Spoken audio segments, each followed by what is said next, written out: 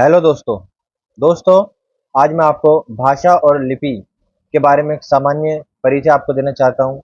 यदि आप कोई भी कॉम्पिटिटिव एग्ज़ाम देना चाहते हैं, कोई भी एग्ज़ाम की तैयारी कर रहे हैं, CTET, DSSB, KVS, NVS, UP police, Delhi police, कोई भी एग्ज़ाम अब अगर आप देना चाहते हैं, तो उसके अंदर सामान्य हिंदी पूछी जाती है, हिंदी व्याकरण पूछी जाती है। तो उसके लिए आपको आज मैं कुछ नई बातें इसमें बताऊँगा, जो इन सभी एग्ज़ाम्स में आती हैं। तो चलिए आज अपना टॉपिक शुरू करते हैं, भाषा और लिपि। तो भाषा और लिपि क्या होता है, ये मैं आज आपको बताने जा रहा हूँ। देखिए, जन्म लेने के बाद बालक जिस परिवार और समाज में पलता है, उसी की भाषा सीखने लगता है। हमने देखा है कि बच्चा जब छोटा होता है, पैदा होता है, तो जिस परिवार में वो पैदा होता है, उस परिवार की ही भाषा बोलना शुरू कर देता है। जब वो 3 महीने, 4 महीने का होता है, तो वो कुछ भी अपने मुँह से ध्वनियाँ निकालता है और कुछ भी बोलना शुरू कर देता है। हालाँकि वो ध्वनियाँ सार्थक नहीं होती, उनका कोई अर्थ नहीं होता, लेकिन जैसे-जैसे समय गुज़रता है, तो उन ध्वनियों का अर्थ मिलने लग जाता है। यानी कि वो जो ध्वनियाँ होती हैं, वो सार्थक होने लग जाती हैं। जब वो 2-3 वर्ष का हो जाता है, तो उसी भाषा में बोलना भी शुरू कर देता है। अब वो कुछ शब्द बोलना शुरू कर देता है, अपनी बात बताना शुरू कर देता है और दूसरों की बात समझना भी शुरू कर देता है। जब वो थोड़ा और बड़ा हो जाता है, तब वह विद्यालय जाने लगता है। अब 3 साल, 4 साल का बच्चा हो गया, विद्यालय जाना शुरू कर देता है, लिखना-पढ़ना सीख जाता है। अब वह इसके बाद बोलकर और लिखकर अपनी बात दूसरों को समझाने लगता है। जब वो विद्यालय जाता है, 4 साल, 5 साल, 6 साल का हो जाता है, तब वो पढ़ना और लिखना भी सीख जाता है और दूसरों को समझाने लगता है तथा पढ़कर और सुनकर दूसरों की बात को समझने लगता है। यानी कि कहने का मतलब ये है कि जब बच्चा पैदा होता है, तो वो सबसे पहले अपने मुख से कुछ ध्वनियाँ निकालनी शुरू कर देता है। शुरू में वो ध्वनियाँ सार्थक नहीं होती, उनका कोई अर्थ नहीं होता, लेकिन समय के साथ धीरे-धीरे वो ध्वनियाँ सार्थक होती चली जाती हैं और वो अपने विचारों को दूसरों को बताने लगता है, दूसरों के विचारों को समझने लगता है। और इसी को हम क्या कहते हैं, भाषा। यानी भाषा वह साधन है जिसके द्वारा मनुष्य बोलकर, सुनकर, लिखकर व पढ़कर अपने मन के भावों या विचारों का आदान-प्रदान करता है। यानी कि अगर अपने भावों को वो दूसरों को समझा देता है और दूसरों के भावों को समझ लेता है, तो ये जो आदान-प्रदान जो हो रहा है, इसी को क्या कहते हैं? इसको भाषा कहते हैं। इसके लिए किस साधन का प्रयोग हो रहा है? भाषा का प्रयोग हो रहा है। दूसरे शब्दों में हम कह सकते हैं, जिसके द्वारा हम अपने भावों को लिखित अथवा कथित रूप से दूसरों को समझा सकें और दूसरों के भावों को समझ सकें, उसे भाषा कहते हैं। चलिए आगे चलते हैं। अब बात ये आती है कि आखिरकार भाषा बनी कैसे होगी? भाषा का विकास कैसे हुआ होगा? तो इसके बारे में जानते हैं, कैसे भाषा बनी होगी।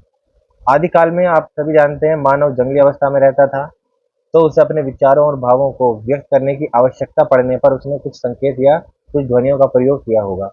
क्योंकि जब मानव जंगली अवस्था में था, तो वो अपने मन के कुछ बातों को बोलने के लिए कुछ ध्वनियाँ निकालना शुरू कर दिया होगा, ऐसा मानते हैं हम। और धीरे-धीरे सभ्यता के विकास के साथ-साथ इन ध्वनियों और संकेतों का स्थान भाषा ने ले लिया होगा और धीरे-धीरे ये ध्वनियाँ हैं, ये जो संकेत हैं, ये भाषा के रूप में परिवर्तित हो गई। प्रारंभ में मौखिक भाषा का ही प्रयोग किया जाता था, क्योंकि पहले तो कोई ऐसी व्यवस्था थी नहीं। सबसे पहले तो मौखिक रूप से ही विचारों का आदान-प्रदान किया होगा लोगों ने।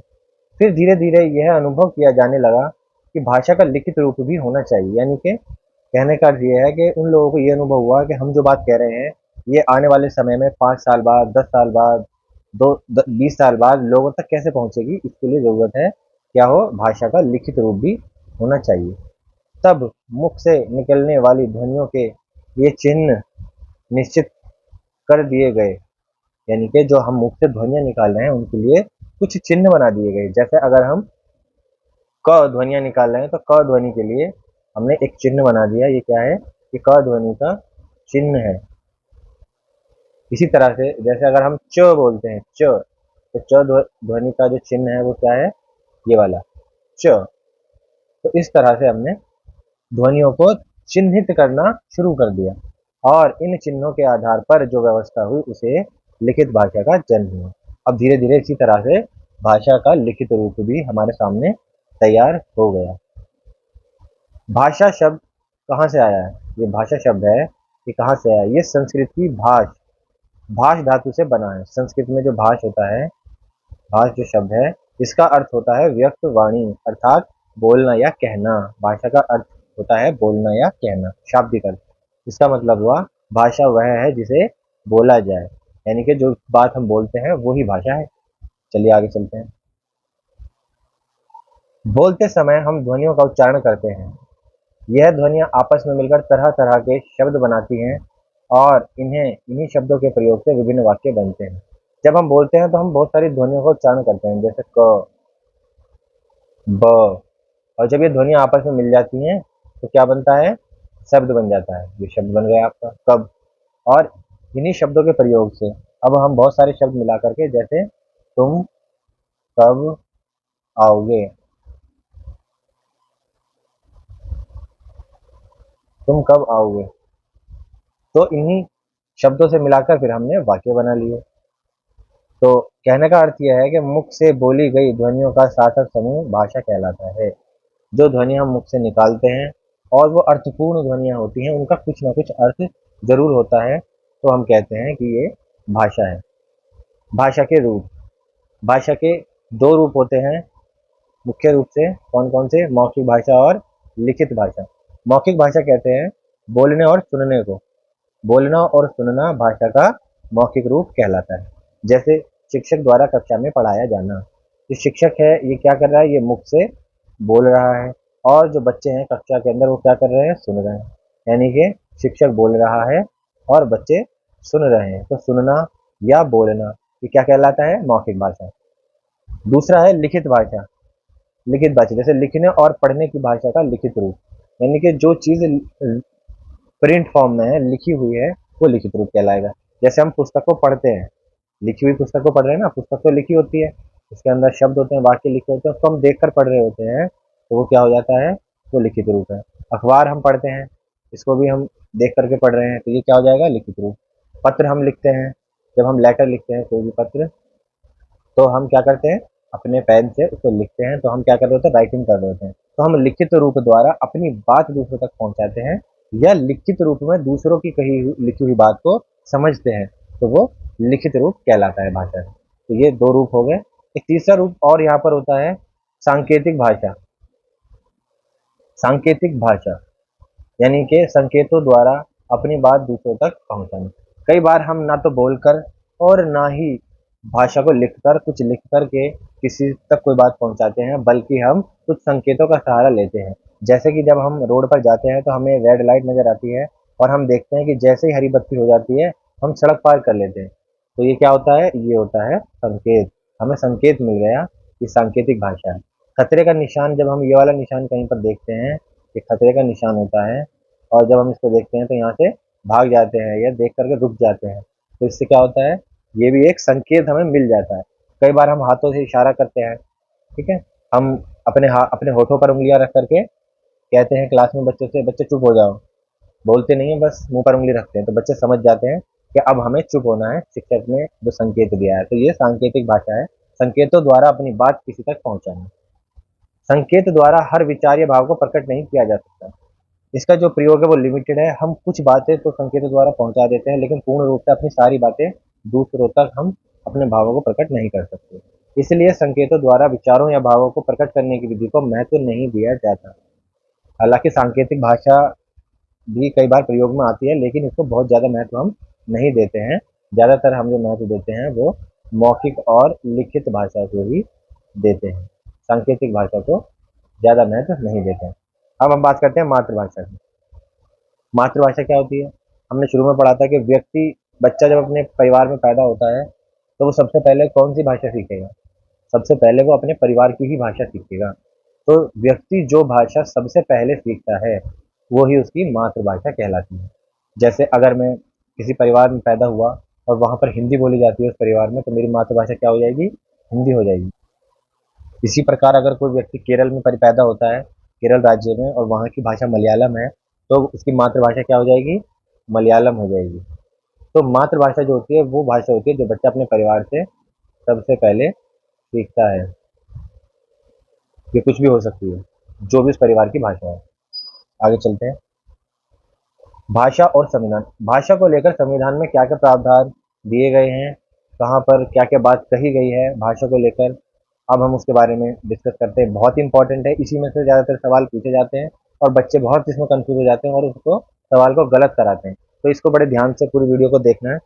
भारतीय संविधान के भाग 17, कौन से भाग में? भाग 17 में अनुच्छेद 343 से 351 तक राजभाषा को लेकर विशेष प्रावधान किए गए हैं। कहने का तात्पर्य है कि संविधान भाषा के बारे में क्या कहता है, इसका जिक्र भाग 17 में किया गया है।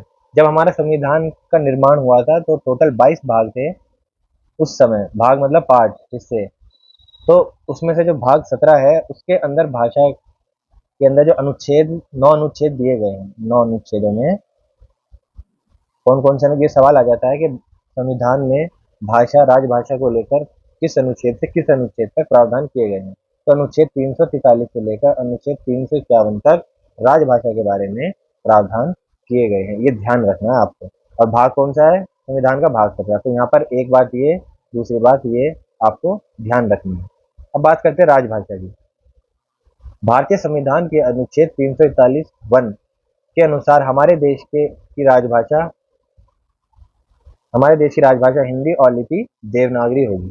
हमारे देश का जो संविधान है, संविधान के अनुच्छेद 343 के अनुसार यह कहा गया कि हमारे देश की राजभाषा हिंदी और उसकी लिपि देवनागरी होगी। संघ के शासकीय प्रयोजनों के लिए प्रयोग होने वाले अंकों का रूप भारतीय अंकों का अंतर्राष्ट्रीय रूप होगा।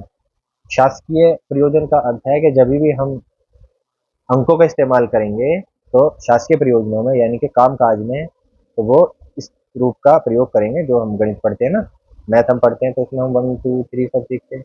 ये वाला 1 2 3 चलेगा, वो 1 इस तरह का जो हिंदी वाले ना वो नहीं चलेंगे।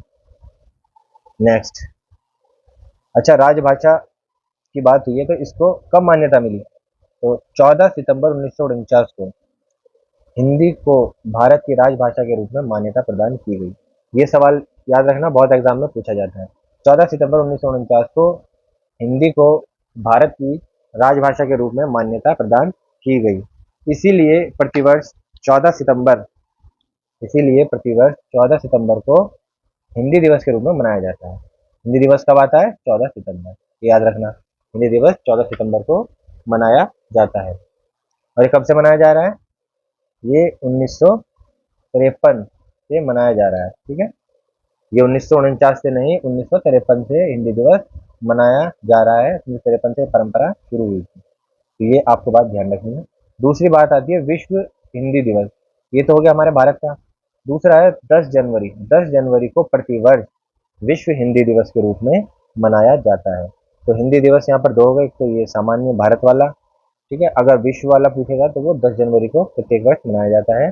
और इसकी शुरुआत जो हुई थी, इसको कब से मनाया जा रहा है? 2006 से विश्व हिंदी दिवस को मनाया जा रहा है। ये बात आपको ध्यान रखनी है, ये आपको एग्जाम में पूछा जा सकता है। आगे देखते हैं। विश्व में अनेक भाषाएं बोली जाती हैं, जैसे जर्मन, रूसी, चीनी, फ्रेंच आदि।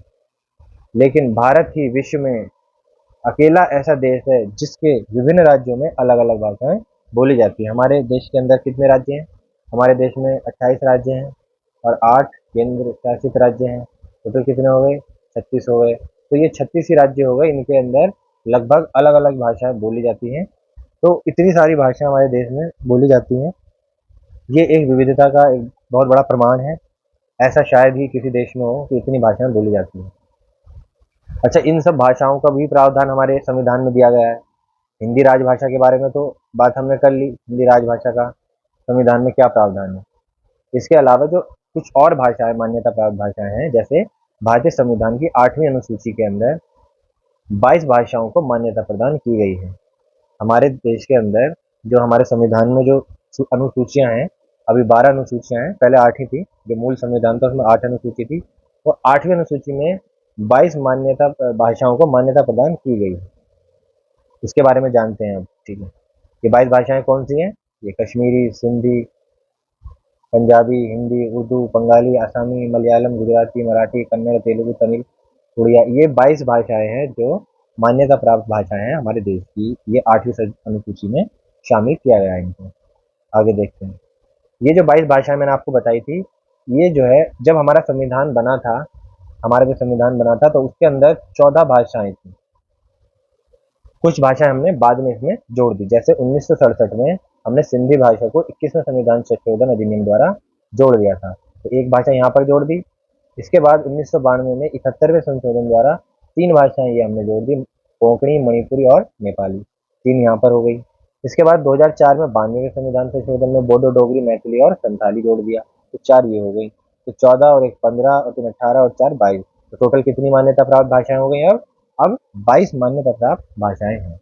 अभी इसके अलावा और भी बहुत सारी भाषाएं हैं जिनको 8वीं अनुसूची में शामिल करने का जो प्रश्न उठ रहा है लगातार, उसके बारे में भी चर्चा जारी है, आगे जैसे भी होगी तो वो अपडेट कर दी जाएंगी। मानक भाषा। मानक भाषा किसे कहते हैं? किसी देश अथवा राज्य की प्रतिनिधि तथा आदर्श भाषा को मानक भाषा कहते हैं। यानी कि कोई भी देश होता है या राज्य होता है, उसकी जो आदर्श भाषा होती है उसको मानक भाषा कहते हैं। आदर्श भाषा यानी कि जिसका उपयोग औपचारिक परिस्थितियों में, लेखन में, प्रशासन और शिक्षा के माध्यम के रूप में, संस्थानों, सरकारों द्वारा, मीडिया और कार्यालय द्वारा किया जाता है।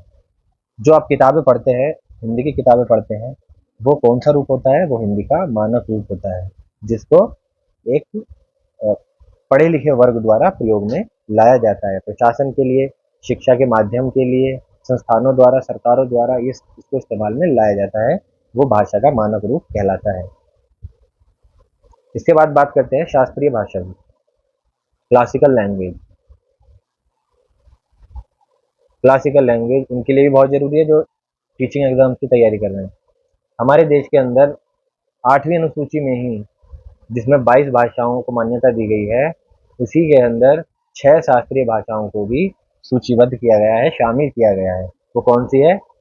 तमिल, तेलुगु, कन्नड़, मलयालम, उड़िया और संस्कृत। ये 6 भाषाएं जो है 1 2 3 4 5 6, इन 6 भाषाओं को शास्त्रीय भाषाओं का दर्जा प्रदान किया गया है। तो 2004 में, संस्कृत 2005 में, कन्नड़ 2008 में, तेलुगु 2008 में, मलयालम 2013 में और उड़िया को 2014 में शास्त्रीय भाषाओं का दर्जा प्रदान किया गया। ऐसा क्यों किया गया? क्योंकि इन भाषाओं का जो है प्रचार प्रसार हो सके, इन भाषाओं का प्रचार प्रसार हो सके, इन भाषाओं का विकास हो सके, और इन्हें शास्त्रीय भाषाओं का दर्जा भी इसलिए दिया गया क्योंकि इनका जो साहित्य था वो साहित्य काफ़ी समृद्ध था, यानी कि रिच लिटरेचर था काफ़ी। बहुत सारी साहित्य की रचना इसमें की गई है, प्राचीन समय में भी की गई थी, अब भी की जा रही है, इसीलिए इन भाषाओं को क्लासिकल लैंग्वेज की लिस्ट में डाला गया है। इसके अलावा 3 क्लासिक एनईपी में भी इसका जिक्र किया गया है, एनईपी 2020 में, नेशनल एजुकेशन पॉलिसी 2020 में। इसके अंदर 3 और अलग से भाषाओं को मान्यता प्रदान की गई है, शास्त्रीय भाषाओं की। वो कौन कौन सी हैं? पर्शियन, पर्शियन यानी कि फारसी, पाली, पाली भाषा और प्राकृत भाषा, ये भी हमारे देश की प्राचीन भाषाएं हैं। इनको भी नेशनल एजुकेशन पॉलिसी के अंदर शास्त्रीय भाषाओं का दर्जा दिया गया है। आगे देखते हैं, लिपि के बारे में बात करते हैं। लिपि क्या होती है? मौखिक भाषा में हम कुछ ध्वनियों का उच्चारण करते हैं। जब हम बोलते हैं तो हम कुछ ध्वनियाँ अपने मुख से निकालते हैं, तभी तो हमारी बात दूसरों तक पहुँचती है। मुख से उच्चरित इन ध्वनियों को लिखित रूप में बदलने के लिए, जो ध्वनि हमने अपने मुख से निकाली उसको जब हमने लिखित रूप में बदल दिया, लिखित चिन्हों में बदल दिया या वर्णों में बदल दिया, तो इसको क्या कहते हैं? हम इसी को हम लिपि कहते हैं। इन वर्णों को अक्षर भी कहते हैं। ठीक है? जो हमने मुख से ध्वनि निकाली, हमने जैसे बोला द, द हम बोलते हैं, द ध्वनि हमने बोली, द ध्वनि के लिए हमने ये वाला प्रयोग किया, चिन्ह, ये चिन्ह बना दिया हमने। इन चिन्हों को हम क्या कहते हैं? वर्ण बोलते हैं। इन्हीं चिन्हों को हमने वर्ण बोल दिया, या इन्हीं को हम अक्षर भी बोलते हैं, और इन वर्णों को अक्षर अक्षर कह देते हैं। तो वर्णों या अक्षरों के लिखने के ढंग को लिपि कहते हैं।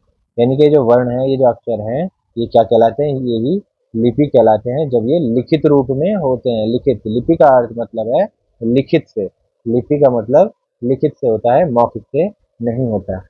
लिपि भाषा का लिखित रूप होती है। प्रत्येक भाषा की अपनी विशेष लिपि होती है। हर भाषा की अलग अलग लिपियां हो सकती हैं, जैसे कि हिंदी की लिपि देवनागरी है। कुछ मुख्य भाषाएं और उनकी लिपियों के बारे में हम अभी देखते हैं, नीचे पढ़ते हैं। जैसे कि लिपि और भाषा। देवनागरी, देवनागरी लिपि में कौन कौन सी भाषाएं हैं? हिंदी, संस्कृत, मराठी। ये जो तीनों भाषाएं हैं, इनकी लिपि क्या है? देवनागरी लिपि है। उर्दू भाषा की लिपि क्या है? फारसी। पंजाबी की क्या है? गुरुमुखी। अंग्रेजी और जर्मन लैंग्वेज रोमन लिपि में लिखी जाती है। मंडारिन जो भाषा है वो चीनी लिपि, उसकी लिपि क्या है? चीनी। कन्नड़ की कन्नड़, बांग्ला की बांग्ला, मलयालम की मलयालम, तेलुगु की तेलुगु और असमिया भाषा की जो लिपि है वो असमी लिपि है। तो इसी तरह से हर भाषा की अपनी अलग अलग लिपि हो सकती है। बोली, बोली क्या होती है? एक विशेष क्षेत्र में बोली जाने वाली भाषा के मौखिक रूप को बोली कहते हैं। यानी कि किसी जगह पर भाषा का जो मौखिक रूप प्रचलित है उसी को हम बोली कहते हैं। यह आम बोलचाल की भाषा है जो हर क्षेत्र और गांव में बदलती रहती है। यह आम बोलचाल की भाषा है जो हम सामान्य रूप से अपने घरों में प्रयोग करते हैं, क्योंकि जो भाषा हम किताबों में, अखबारों में, सरकारी आदेशों में पढ़ते हैं, हम उस तरह की भाषा का प्रयोग अपनी आम बोलचाल की भाषा में नहीं करते। हम उसका थोड़ा सा रूप बदल देते हैं, अपने हिसाब से बोलते हैं। बोली का क्षेत्र सीमित होता है। जैसे अगर मैं कहूँ कि जैसे अगर हम दिल्ली में ही की बात करें, दिल्ली के अंदर हम भाषा बोलते हैं हिंदी, हमारी मातृभाषा हिंदी है, हिंदी भाषा हम बोलते हैं। लेकिन हिंदी के अंदर हम कई बार भाषा का जो है रूप बदल देते हैं। जैसे कि जो अगर हम बात करें पुरानी दिल्ली वालों की, अगर हम बात करें ओल्ड दिल्ली में, पुरानी दिल्ली में रहने वाले जो हिंदी है वो अलग तरह से बोलते हैं। जैसे कहाँ जा रिया है, क्या कर रिया है, इस तरह की वो लैंग्वेज का प्रयोग करते हैं। तो वो क्या हो जाती है? वो बोली हो जाती है। यानी कि भाषा का मौखिक रूप बोली कहलाता है। ठीक है। भारत में बोली जाने वाली कुछ प्रमुख बोलियां जैसे ब्रजभाषा, अवधी, बघेली, छत्तीसगढ़ी, बुंदेली, कन्नौजी, हरियाणवी, राजस्थानी, मालवी, नागपुरी आदि। तो इस तरह की जो भाषाएं हैं ये बोलियां हैं हमारे देश की, जो हमारी हिंदी का ही थोड़ा सा रूप बदल दिया है और उसी को हम बोली कह देते हैं। जो बोलचाल के लिए, बोली का मतलब बोलचाल की भाषा, सामान्य रूप से आम बोलचाल की भाषा को ही हम यहाँ पर बोली कह रहे हैं। तो ये कुछ मुख्य बोलियां हैं हमारे देश की। एक कहावत हमारे देश में बहुत फेमस है, आप सभी लोगों ने सुनी होगी, कोस कोस पर बदले पानी, चार कोस पर वानी। तो हमारे देश में कहा जाता है कि हर एक कोस पे, यानी कि हर एक कोस होता है 3 किलोमीटर, हर 3 किलोमीटर पे हमारे देश में जो है वो पानी का स्वाद बदल जाता है। उसी प्रकार 3 कोस पर यानी कि 12 किलोमीटर के बाद बोली भी, यानी बोलने का जो तरीका है, जो स्टाइल है, वो भी बदल जाता है। तो हमारे देश में बहुत सारी बोलियां बोली जाती हैं, हजारों बोलियां हैं हमारे देश के अंदर। तो कोई भी बोली विकसित होकर मानक भाषा का रूप ग्रहण कर सकती है। यानी कोई भी बोली अगर उसको बोलने वालों की संख्या ज़्यादा हो गई, अगर उसमें लिटरेचर, बोलने वालों की संख्या अगर ज़्यादा हो गई, उसके अंदर अगर साहित्य रचना होने लगी, ठीक है, उसका क्षेत्र बड़ा होने लगा, तो वो विकसित होकर भाषा भी बन सकती है। जैसे कि ब्रज भाषा है, ब्रज भाषा में साहित्य, अवधी भाषा में, बघेली में, इनमें साहित्य सृजन होने लगा, बोलने वालों की संख्या बढ़ने लगी। तो इन भाषाओं को, इन बोलियों को क्या किया? भाषा का रूप धारण कर लिया इन बोलियों ने। विश्व में हिंदी तीसरे नंबर पर सबसे ज्यादा बोली और समझी जाने वाली भाषा है। हमारे देश की भाषा हिंदी जो है वो विश्व में तीसरे स्थान पर है, जो सबसे ज्यादा बोली जाती है पूरे विश्व में। पहले स्थान पर अंग्रेजी भाषा है, दूसरे स्थान पर मंडारिन है जो चीनी भाषा है जिसे कहते हैं, और तीसरे पर हमारी हिंदी भाषा है। चलिए आगे देखते हैं। अब हम बात करते हैं व्याकरण की। व्याकरण किसे कहते हैं? व्याकरण, व्याकरण के बहुत सारे सवाल हर एग्जाम में पूछे जाते हैं, तो हम व्याकरण की यहाँ से शुरुआत करते हैं और आगे भी हम इसी तरह से व्याकरण के सभी जितने भी टॉपिक हैं सभी पर हम वीडियो बनाएंगे, डिटेल वीडियो बनाएंगे। हर भाषा के कुछ नियम होते हैं। देखो, कोई भी व्यवस्था होती है, कोई भी चीज होती है, वो नियमों से जुड़ी होती है। अगर उसके नियम नहीं होंगे तो वो बिखर जाएगी और उसका जो रूप है वो भी बहुत जल्दी परिवर्तित हो जाएगा। तो इसी प्रकार से भाषा के भी कुछ नियम होते हैं। जो शास्त्र नियमों की जानकारी देता है उसे व्याकरण कहते हैं। व्याकरण के माध्यम से ही हम भाषा को शुद्ध रूप से बोलना, पढ़ना और लिखना सीखते हैं। जैसे यहाँ पर उदाहरण के तौर पर मैं देखूं, जैसे वाक्य कविता सो रहा है, कविता सो रहा है, इसका शुद्ध रूप क्या होगा? कविता सो रही है। यहाँ पर किस तरह की अशुद्धि है? लिंग संबंधी अशुद्धि है। दूसरा वाक्य, कल मुझे जाना है दिल्ली, तो ये वाक्य क्या है? ये अशुद्ध वाक्य है। तो शुद्ध क्या होगा? कल मुझे दिल्ली जाना है। यानी कि यहाँ पर क्रम संबंधी, यहाँ पर शब्दों का जो क्रम है उसके अंदर ही गड़बड़ है। तो कल मुझे दिल्ली जाना है, तो ये जो जानकारी कौन बताता है? भाषा को किस प्रकार से लिखा जाएगा, किस प्रकार से बोला जाएगा, उसका शुद्ध रूप क्या होगा, यही हमें व्याकरण ही बताता है। इसी को व्याकरण कहते हैं। अर्थात व्याकरण ऐसा शास्त्र है जो भाषा के वर्णों, शब्दों और वाक्यों का शुद्ध बोलना, पढ़ना और प्रयोग करना सिखाता है। अब बात करते हैं व्याकरण के अंगों की। व्याकरण के 3 अंग होते हैं। कौन कौन से? वर्ण विचार, शब्द विचार और वाक्य विचार। यानी कि वर्ण विचार के अंदर हम क्या पढ़ते हैं? वर्णों के वर्गीकरण, वर्णों का आकार, उच्चारण स्थान, वर्णों के भेद आदि के बारे में विचार किया जाता है। यानी कि वर्णों के बारे में जो भी कुछ पढ़ेंगे वो वर्ण विचार के अंतर्गत ही आएगा। इसके बारे में हम पूरी डिटेल वीडियो बनाएंगे, सारी चीजें पूरी डिटेल से आपको समझाएंगे। शब्द विचार, जिसके अंदर शब्दों के भेद, रूप, बनावट, उत्पत्ति, शब्द कैसे होते हैं, कितने प्रकार के होते हैं, पर्यायवाची, विलोम शब्द, अनेकार्थी शब्द, वो सारी चीजें जो शब्द में आएंगी वो शब्द विचार के अंतर्गत ही पढ़ी जाएंगी। इसके बाद आता है वाक्य विचार। इसमें वाक्य की रचना, वाक्य के प्रकार, वाक्य विश्लेषण, वाक्य के भेद, विराम चिन्ह, ये सब वाक्य विचार के अंतर्गत आते हैं और इसके अंदर भी हम आपको पूरी डिटेल में वीडियो एक बनाकर देंगे। दोस्तों, ये आज का हमारा टॉपिक खत्म हुआ। अगर आपको मेरी वीडियो पसंद आई हो तो आप मेरी वीडियो को लाइक करें, शेयर करें और चैनल को सब्सक्राइब करें। धन्यवाद।